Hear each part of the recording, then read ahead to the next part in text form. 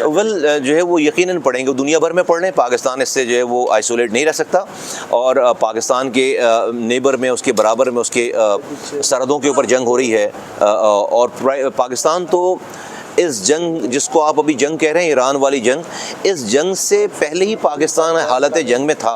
आप देखें कि जो अफ़गानिस्तान से जो कुछ हो रहा है, ऑल फंडेड बाय इजराइल और इंडिया, जो पाकिस्तान के अंदर जो कुछ हो रहा है, इमाम बारगाहों में अटैक हुए हैं, मासूम लोग शहीद हुए हैं, बलूचिस्तान में जो कुछ हो रहा है, जो है वहाँ पर हमारी फ़ौज के जवान कर्नल शहीद हुए अभी रिसेंटली जो है वो, तो ये सब कुछ जंगी तो है। तो हम तो इस जंग से पहले ही हालत जंग में।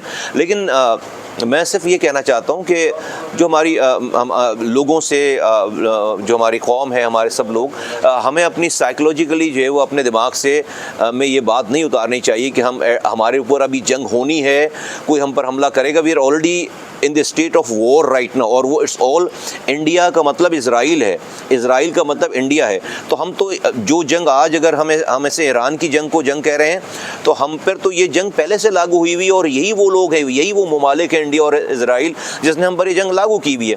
तो मैं समझता हूँ कि पाकिस्तान इस वक्त यूनिक पोजीशन पे भी और बहुत बेहतर पोजीशन पे।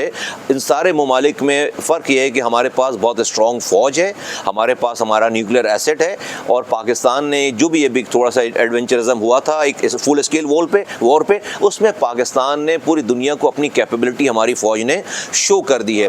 लेकिन हमारा जो सबसे बड़ा चैलेंज है वो हमारा एक कौम होना है, एक कौम। देखिए आज ईरान के ऊपर हम देख रहे हैं कि इतने हमलों के बाद जो ईरान निकल कर आ रहा है, इमर्ज हो रहा है, वो एक कौम के तौर पर वो रिएक्ट कर रहे हैं। हमारे यहाँ ये वाला इशू है, ये एड्रेस कर रहे हैं, और वो एड्रेस होगा इख्तियारात और वसाइल ओनरशिप के ज़रिए। और ये बहुत हाई टाइम है कि हम मुल्क में इख्तियारात और वसाइल ग्रास रूट लेवल तक नीचे डेलीगेशन ऑफ पावर करें, लोगों को सेंस ऑफ पार्टिसिपेशन देंगे तो सेंस ऑफ ओनरशिप होगी, तकरीरों से नहीं होगी। सेंस ऑफ पार्टिसिपेशन देंगे, लोगों को हुकूमत के मामले में इख्तियारात और वसाइल देंगे नीचे तक, जो कि हमारा आइनी तरमीमी बिल भी है इसके ऊपर, लोकल गवर्नमेंट ऑर्डिनेंस का। तो आप देखेंगे लोगों के अंदर ओनरशिप आ जाएगी। और अब आज आप देखें कि ईरान में उन्होंने इस जंग के बाद सब कुछ डिसेंट्रलाइज कर दिया है। आप देखें रिपोर्ट्स पढ़ें कि उनके जो गवर्नर्स हैं, उनके इवन के जंग भी वहाँ पर उन्होंने डिसेंट्रलाइज कर दी है, कि उन्होंने अपने जो लोकल कमांडर्स हैं उनको अलाउ है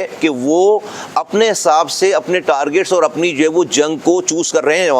क्योंकि जब जंग हुई तो डेफिनेटली लीडरशिप जो है वो सेंट्रलाइज जो थी वो डिस्टर्ब हो गई।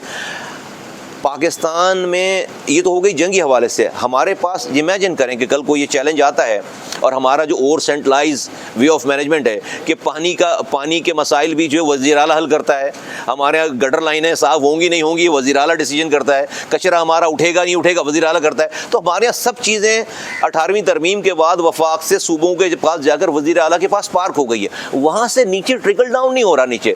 अगर खुदा न खास्ता ये हालात होते हैं तो पता चला कि जो है वो जंग तो एक तरफ रह गई, पीने का पानी नहीं आ रहा, जंग तो एक तरफ रह गई, जो है वो दवाई नहीं आ रही, सफाई नहीं हो रही है, और जो है वो तो ये एडमिनिस्ट्रेटिव इश्यूज़ को जब तक आप डिवॉल्व नहीं करेंगे डिस्ट्रिक्ट लेवल तक, वहाँ से तालुका लेवल तक, वहाँ से गांव गोठों दरियाओं में और शहरों में लेकर नहीं जाएंगे, दुनिया का कोई निज़ाम जो चलता नहीं। ये बात हमारे माजरत के साथ हमारी बड़ी पार्टीज़ को, हमारे हुक्मरानों को ये बात नहीं समझ आती, और इसी वजह से बार बार हमारी आइनी तरमीम जो है उसको जो है वो उसको अपने नंबर से डेफिनेटली उसको जो है वो बिल्डोज कर देते हैं। लेकिन मैं समझता हूँ कि ये हालात ऐसे आ गए हैं कि आपको डिवोल्यूशन ऑफ पावर, अगर आपको लोगों की सेंस ऑफ पार्टिसिपेशन चाहिए, ओनरशिप चाहिए, तो आपको उनको इख्तियारात और वसाइल देने पड़ेंगे।